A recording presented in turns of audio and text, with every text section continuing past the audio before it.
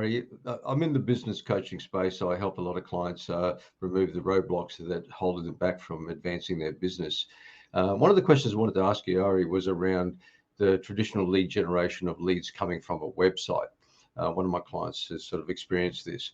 So I know that you've been a big advocate of having pre-positioned before the sales call with setting some kind of trust asset or some kind of material so that they get a sense of who you are. And when they come to that call, this call is not about me, it's about the client. So by virtue of that trust asset, that's already taken care of. Here's the challenge. Someone goes to a website, they might look at it just briefly, they get a bit of a gist of what the company's about, they fill in the opt-in form, and they schedule a consultation. And the consultation will be around, whatever, see if they're a fit or whatever, whatever the enticer is on the webpage. Now, when people start that conversation, I know that my instructions normally start with make it all about them, take a step back, put it into their world. How do you deal with the fact that these people that come on the call don't really know much or anything about the supplier, and their natural tendency is to want to interject and say, well, tell me what you guys do. I saw you on the website. Can you tell me a bit about what you do? Now, I know that as soon as I would fall into that trap, or my client would fall into that trap, then all of a sudden they're on the back foot.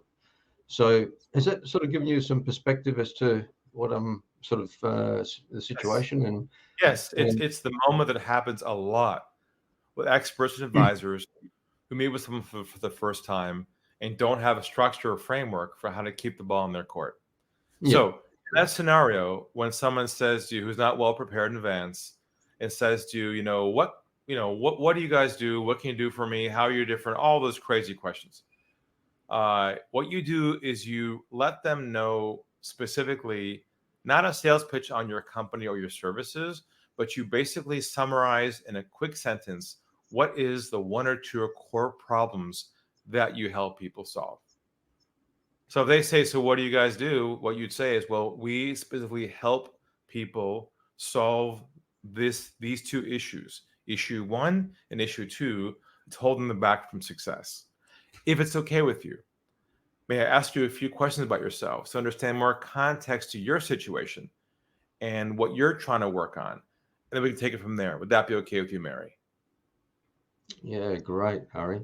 So now you see what I just did there? Yeah. You're giving them something, so you're not shutting down the question totally and letting them feel that they're not heard. So you are giving them something, which is essentially the problem you solve, and then you're gently putting it back to them to open up and then start the conversation like that. Right, because see, that question to you is a prompting you to start selling. Yep. Start doing a sales pitch.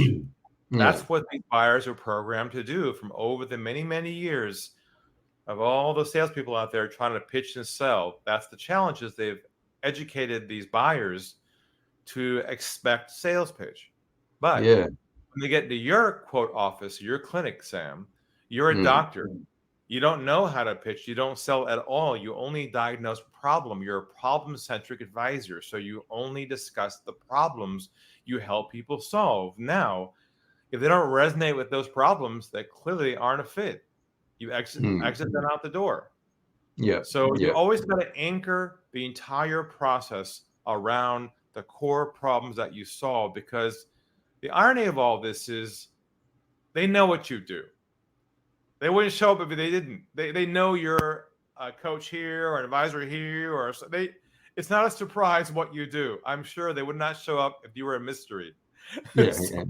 So they're just playing the game that they know to play to protect themselves from being taken advantage of, which means you have to insert yourself from the top of that conversation going down the iceberg so they can relieve themselves of knowing there's a process they're going to go through that's not going to contain a sales pitch, where they can trust you and they can see that you're focusing on them and not you.